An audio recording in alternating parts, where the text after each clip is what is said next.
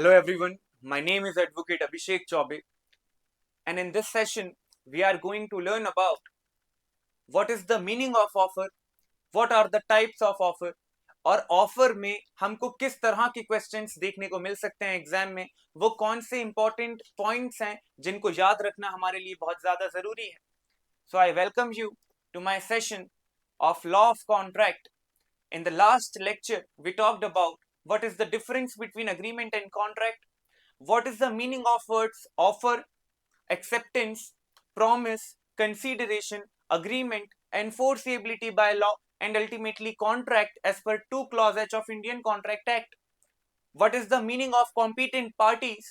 जो दो पार्टीज, जो दो लोग कॉन्ट्रैक्ट में एंटर कर रहे हैं, उनका एलिजिबिलिटी क्राइटेरिया क्या होना चाहिए. Section 11 of Indian contract act इस बारे में बात करता है.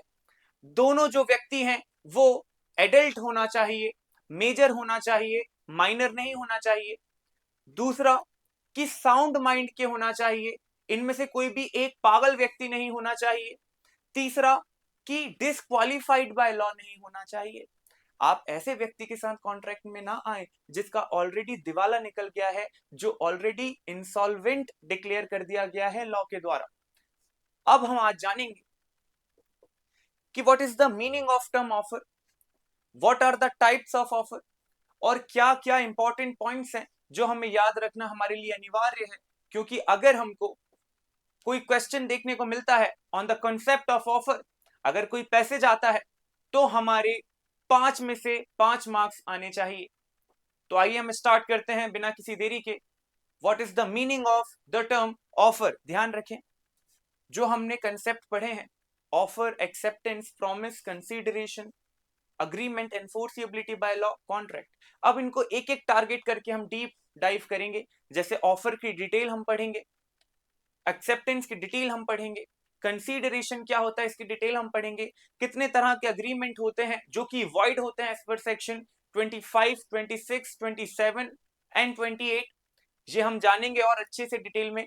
तो let us start this session. First of all, what is an offer. आप इस चीज से, ऐसा नहीं है कि आप अवगत नहीं है, आपको इस चीज के बारे में जानकारी नहीं है. ऑफर क्या होगा बेटा, सिंपल सी भाषा में अगर मैं कहूं तो ऑफर वो होगा कि अगर हम किसी व्यक्ति को ये कहते हैं I will do this for you if you agree to do this particular thing for me. मतलब मैं आपके लिए ये पर्टिकुलर चीज करने के लिए तैयार हूं अगर आप बदले में इस तरह की चीज मेरे लिए करते हैं. तो फॉर एग्जाम्पल, मैं आपको अपनी वॉच सेल करने के लिए तैयार हूं, अगर बदले में आप मुझे 25,000 रुपए देंगे तो ये एक तरह का ऑफर हो गया बेटा. इसकी कानूनी भाषा में, लीगल लैंग्वेज में ऑफर की क्या परिभाषा है ये हमको section 2 clause A of Indian contract act बताता है. Section number is not important, but I am dictating the section numbers so that you can note it down in your notebook, and for the sake of revision आप इसको एक बार पढ़ेंगे तो आपकी conceptual clarity और अच्छे से हो जाएगी, क्योंकि ये लीगल लैंग्वेज है और आपको पैसेजेस में लीगल लैंग्वेज ही देखने को मिलती है. Okay, so it says that when a person signifies his willingness to another person to do an act or to abstain himself from doing an act in order to obtain the assent of that another person.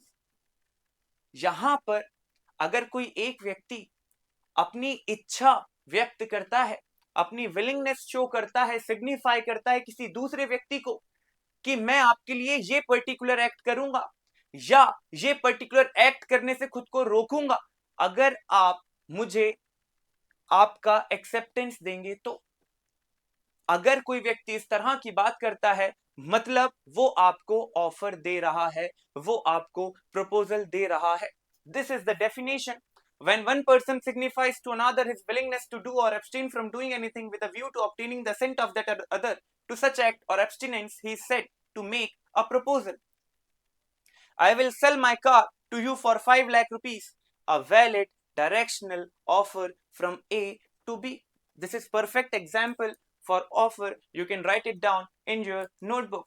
Now, इसमें समझने में इतनी कठिनाई नहीं थी, लेकिन offer कितने प्रकार के होते हैं ये जान लेना हमारे लिए बहुत जरूरी है. और कौन से इंपॉर्टेंट पॉइंट्स हैं जो हमको याद रखने हैं, जैसे कि मैंने आपको स्टार्टिंग में बताया है लेक्चर के, वो भी हमारे लिए बहुत जरूरी है। So this is the most important slide of today's lecture, of today's session. क्या कह रहा है? सबसे पहले क्लियर एंड डेफिनेट होना चाहिए प्रपोजल।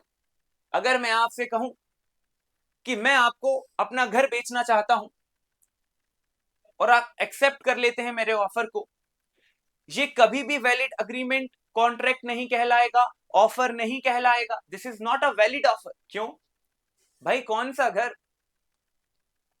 एड्रेस क्या है, कितने में बेचोगे, ये सब बातें कहां हैं यहाँ पे? हाँ, मैं तुमको मेरा फ्लैट बेचने के लिए तैयार हूं, A212 sector 43 golf course Noida. This is a valid offer. तो क्लियर एंड डेफिनेट होना चाहिए ऑफर। दूसरा एग्जाम्पल, अगर मैं आपको कहूं कि मेरे वेयर हाउस में जितने भी कॉटन है, मैं सारे आपको बेचने के लिए तैयार हूं। I am repeating it once again, क्योंकि इसका जवाब आप मुझे कमेंट सेक्शन में देंगे। ये वेग ऑफर है या डेफिनेट ऑफर है? अगर मैं आपको कहूं कि मेरे वेयर हाउस में जितने भी कॉटन रखे हुए हैं, वो सारे मैं आपको बेचने के लिए तैयार हूं 1 लाख रुपए में, क्या ये वैलिड ऑफर है या वेग ऑफर है? You have to answer this in comment section.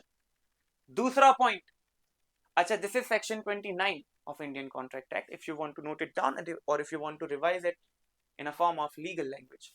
Communicated, the offeree must know about the offer. Knowledge होना चाहिए ऑफर का, इसे समझ लेना हमारे लिए जरूरी है। For example,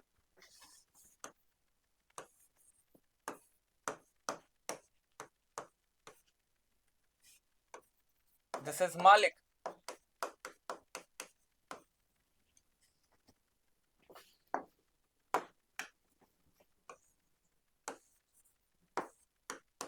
and this is servant.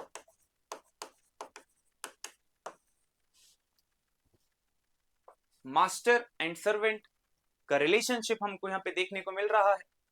अब यहां पर होता क्या है कि मास्टर का आप भतीजा समझ लें, इस तरह से आपको क्वेश्चन बन सकता है, नेफ्यू।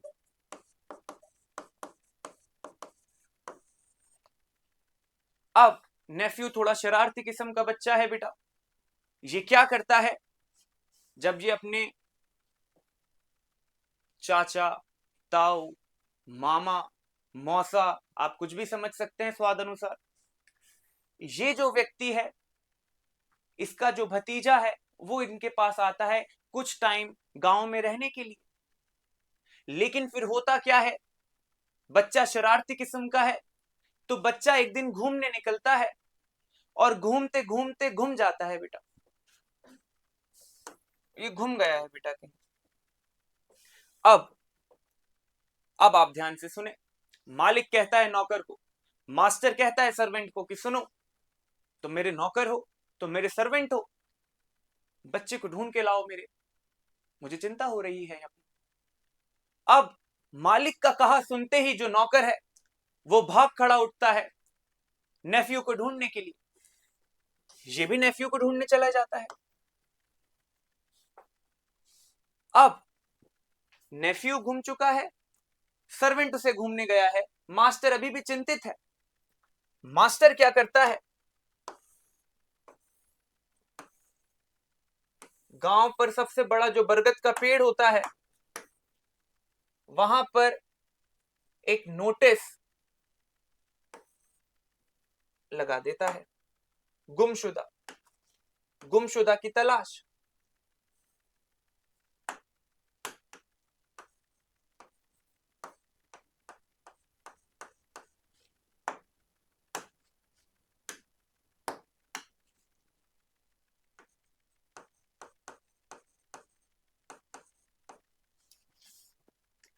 कि मेरा भतीजा खो गया है, जो भी व्यक्ति इसको ढूंढ करके मेरे पास लाएगा, उसे 50,000 का नगद इनाम।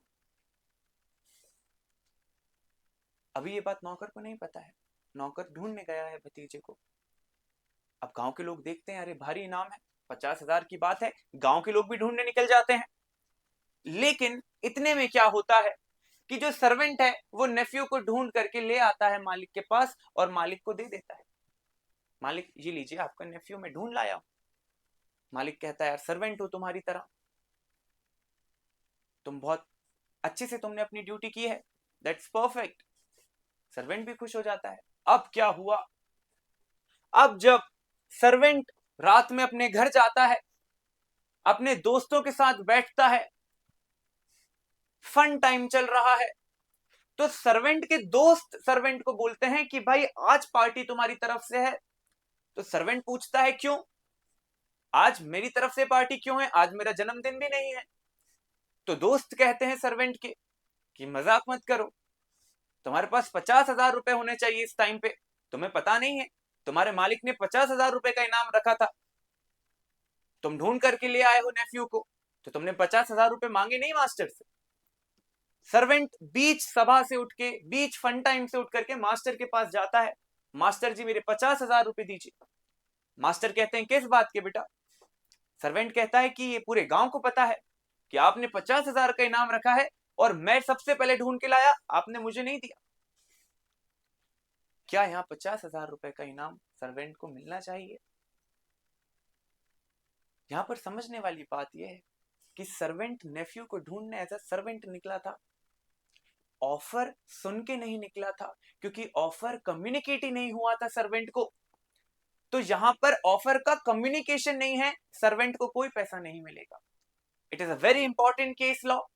थोड़े से फैक्ट्स मैंने इसके चेंज किए हैं क्योंकि एग्जैक्ट फैक्ट के ऊपर आपको क्वेश्चन नहीं बनेगा।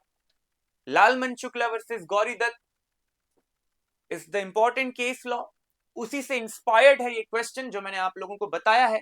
Please write down the name of case law, that is Lalman Shukla versus Gauri Dutt.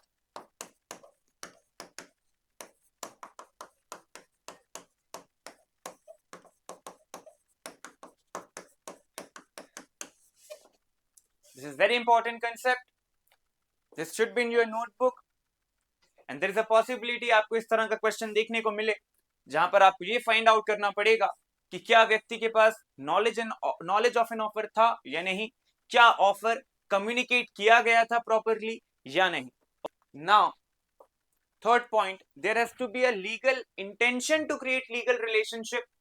So if you remember in the last lecture I gave you a very beautiful example of brother and sister, तो I hope you remember it. यहां पर husband wife के बीच में, दोस्तों के बीच में, भाई बहन के बीच में ऐसे काफी सारे प्रॉमिस, काफी सारे वादे होते हैं, लेकिन उन सबके पीछे intention to create legal relationship नहीं होता है। तो अगर किसी पर्टिकुलर अग्रीमेंट में intention to create legal relationship नहीं है तो फिर वो कभी भी वैलिड ऑफर नहीं कहलाएगा। जिसमें आपको मैंने केस का नाम भी बताया था, it is a landmark case which is Balfour versus Balfour. So we did two case laws, Balfour versus Balfour and Lalman Shukla versus Gauri Dutt. False. So if it is not clear and definite, it will fail. If vague, I may sell my house someday, it is not a proper offer. This is vague. Communicated, there has to be a proper communication. Lalman Shukla versus Gauri Dutt. This is section 29 of Indian Contract Act, and there has to be an intention to create legal relationship. Landmark case Balfour versus Balfour. Now let us understand some more points. We understood intention to create relationship, offer must be in specific terms and not vaguely, section 29 of Indian Contract Act. All statement of intention, desire, wishes are not offer. इसका क्या मतलब है? अगर मैं और मेरा friend हम लोग घूम रहे हैं, हम वॉक कर रहे हैं और मेरे पास एक बाइक है CBR 250, वो मुझसे कहता है कि यार मेरा भी मन है मैं ब्लैक कलर की बाइक लूं, CBR 250, मैं कह देता हूं ओके ओके। अगले दिन वो पैसा लेकर के आ जाता है मेरे पास कि भाई कल अपनी बात हुई थी, offer acceptance promise consideration agreement enforceable by law contract है, आपने एक्सेप्टेंस दे दिया है मुझे ओके बोल करके, और the moment you have given your acceptance it became promise. अब अगर आप मुझे नहीं बेचोगे तो ये कॉन्ट्रैक्ट का violation, this is breach of contract. मुझे समझ नहीं आ रहा है कि भाई क्या बात कर रहे हो, मैंने तुम्हें कौन सा ऑफर, कौन सा एक्सेप्टेंस। बोलता है आपको याद नहीं है कल बात हुई थी। अब मैं कहता हूं अच्छा तुम उस बात को तुम सीरियसली ले गए, तुम तो सीरियस हो गए। हम intention to create legal relationship के भावना से, के इंटेंशन से हम बात नहीं कर रहे थे मेरे भाई। हम तो सिर्फ हमारी नॉर्मल बात कर रहे थे, बातचीत कर रहे थे। मैंने तुमको कोई अपना कंसेंट दिया नहीं है लीगल रिलेशनशिप में आने का। That is why all statement of intention, desire, wishes are not offer. Mere supply of information is not an offer. Again, देखिए complex, difficult topic को I'll make it easy for you with the help of case laws. कहानी और judgement के हिसाब से अपन समझेंगे concept कहना क्या चाहता है। ये कह रहा है कि सिर्फ जानकारी दे देना इज नॉट एन ऑफर। यहां पर निकल करके आता है एक और important case law, Harvey versus facie.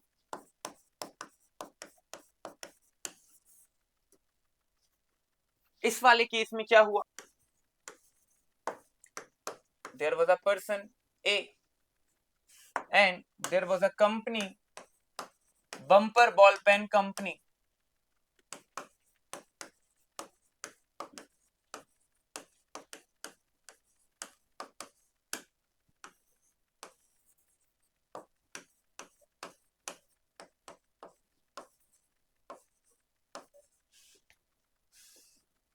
अब यहां पर क्या हुआ, ये इनकी कॉल अटेंडेंट आप समझ लें या सेक्रेटरी समझ लें बम्पर बॉल पेन कंपनी की। ए नाम का जो व्यक्ति है ये इनको एक खत लिखता है, एक फैक्स करता है। क्या कहता है, I want to buy one pen, quote me lowest price.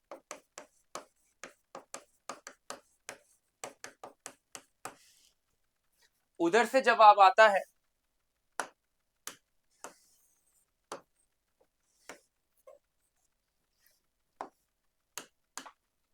Lowest price 23,000। तो ये अपना इधर से जवाब भेजते हैं,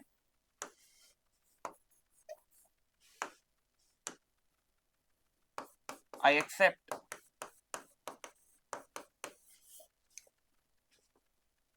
अब इनका ये कहना है मिस्टर ए का कि मैंने आपको ऑफर दिया, आपने एक्सेप्टेंस दिया तो प्रॉमिस हो गया, अब आपको बेचना पड़ेगा। यहां पर इसने दो क्वेश्चन पूछे।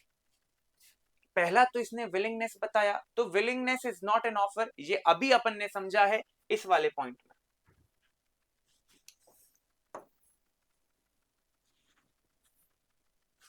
दूसरा, कोट मी लोएस्ट प्राइस। इन्होंने दूसरे वाले सवाल का जवाब दिया है 23,000। तो ये एक्सेप्ट किस चीज को कर रहा है, this is not an offer, this is mere supply of information, and mere supply of information is not an offer.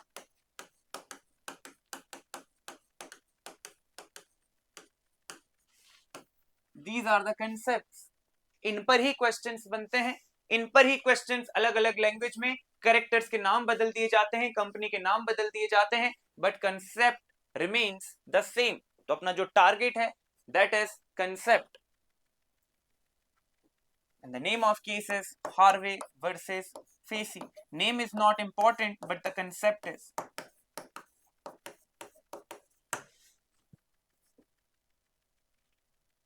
So we understood there has to be an intention to create legal relationship. Offer must be communicated in specific terms and not vaguely as per Section 29 of Indian Contract Act.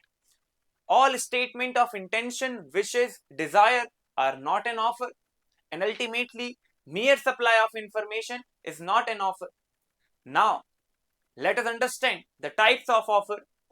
As of now, we understood the definition of offer, examples of an offer, 3 cases of an offer, important case laws, Balfour versus Balfour, Harvey versus Facey and Lalman Shukla versus Gauridhar, जिसमें हमने ये देखा कि there has to be knowledge of an offer. Offer must be communicated to the offeree. अब अपन देखेंगे what are the types of offer.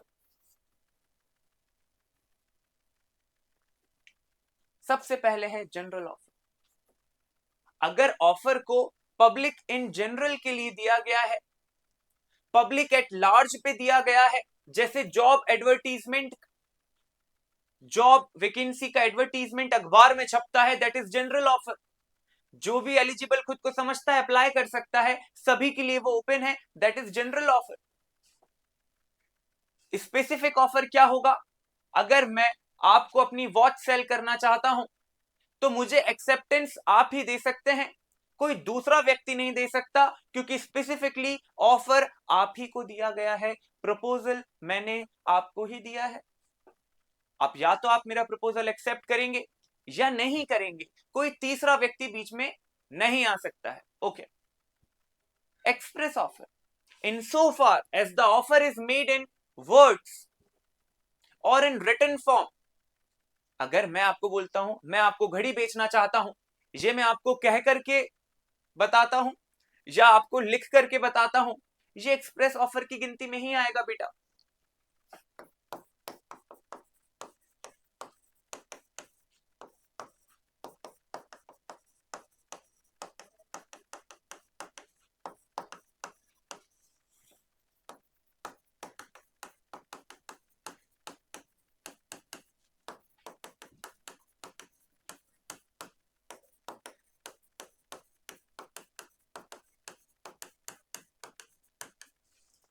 Subject to conditions and a specific offer made to a specific individual.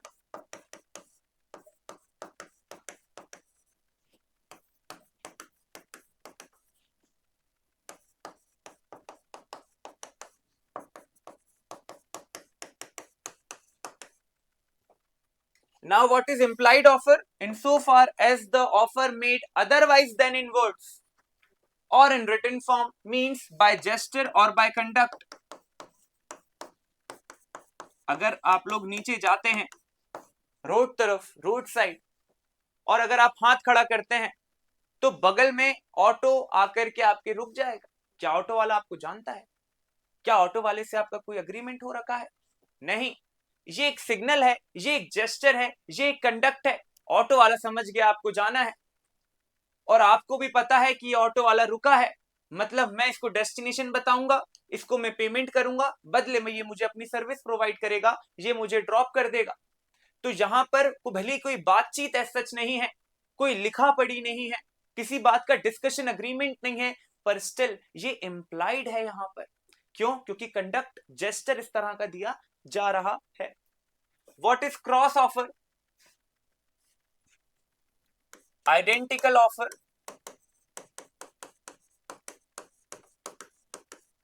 made simultaneously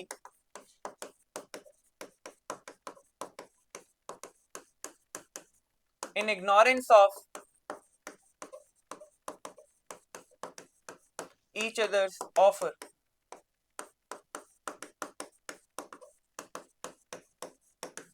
सबसे पहले आप लिखें cross offer are not valid offer. Cross से आप याद रख लें, क्रॉस से क्रॉस, वैलिड ऑफर नहीं है ये. तो क्रॉस ऑफर, क्रॉस से याद रखें, cross offer are not valid offer, क्योंकि क्रॉस आ रहा है यहां पे, मना कर रहा है लॉ कि these are not valid offers. क्यों ऐसा कह रहा है? क्योंकि बेटा आइडेंटिकल ऑफर यहां पर हो रहे हैं. अगर मैं आपको खत भेजता हूं कि I want to sell my laptop to you for ₹1 lakh. अब ये खत जाने में टाइम लगेगा, उसी दिन उसी तारीख को लैपटॉप ही आप मुझसे खरीदना चाह रहे हैं, वो भी 1 लाख रुपए में, आपका भी ऑफर सेम है, और बीच में कभी ना कभी तो बेटा वो क्रॉस किए होंगे। अब यहां पे लॉ क्या कह रहा है, आप दोनों ने ही लैपटॉप के बारे में बात की है, आप दोनों ने ही 1 लाख रुपए के बारे में बात की है, आप दोनों ने ही एक टाइम एक दिन पर इस तरह की बात की है, in ignorance of each others offer, आपको एक दूसरे के ऑफर में जानकारी भी नहीं है। अब यहाँ पे ऑफरर कौन है, ऑफरी कौन है, ऑफर कौन दे रहा है, एक्सेप्ट कौन कर रहा है, ये जानना बहुत जरूरी है, क्योंकि आगे जब लॉ ऑफ कॉन्ट्रैक्ट के प्रोविजंस लगेंगे तो ये इसी के अकॉर्डिंगली लगेंगे कि ऑफरर कौन है, ऑफरी कौन है, ड्यूटी ऑफरी की कहां है, ड्यूटी ऑफरर की कहां है। अगर हमें यही नहीं पता है तो फिर आगे जाकर कर बहुत सारी कॉम्प्लेक्सिटीज, बहुत सारा केओस हो सकता है। इसलिए इसको निप इन द बड में ही खत्म करते हैं, cross offers are not valid offers. तो आप इसमें याद रखें, क्रॉस ऑफर जैसी आपको पढ़ने को देखने को मिलता है, क्रॉस ऑफर मतलब cross, not valid offer, identical offer, same offer made simultaneously in ignorance of each other's offer, that's it। 3 चीजें याद रखनी है। काउंटर ऑफर क्या है बेटा, आपने देखा होगा बार्गेन जो करते हैं, बार्गेनिंग करते हैं, जैसे अगर मैं आपको कहता हूं कि मैं आपको मेरी घड़ी 50,000 में बेचना चाहता हूं और आप कहते हैं कि आप मुझे 45,000 रुपए देंगे। अब ये आपने जो ऑफर, आपने मुझे एक्सेप्टेंस नहीं दिया, आपने एक नया ऑफर दे दिया मुझे। अब आप ऑफरर हो गए कि मैं सर 45,000 में खरीदना चाहता हूं, अब मैं आपको मना कर सकता हूं। क्यों? क्योंकि जिस मोमेंट आपने काउंटर ऑफर दिया, मेरा जो पुराना ऑफर था वो टर्मिनेट हो गया। मतलब counter offer terminates the original offer. अब मैं बाउंड नहीं हूं बेटा, अगर आप फिर से मुझे कहते हैं सर 50,000 में ही दे दीजिए, अब मैं बाउंड नहीं हूं, मैं मना कर सकता हूं, क्योंकि ओरिजिनल ऑफर टर्मिनेट हो चुका है। Counter offer, any modification, any alteration, any changes made in the original offer will be termed as counter offer. Standing offer which remains open for a longer period of time for the acceptance।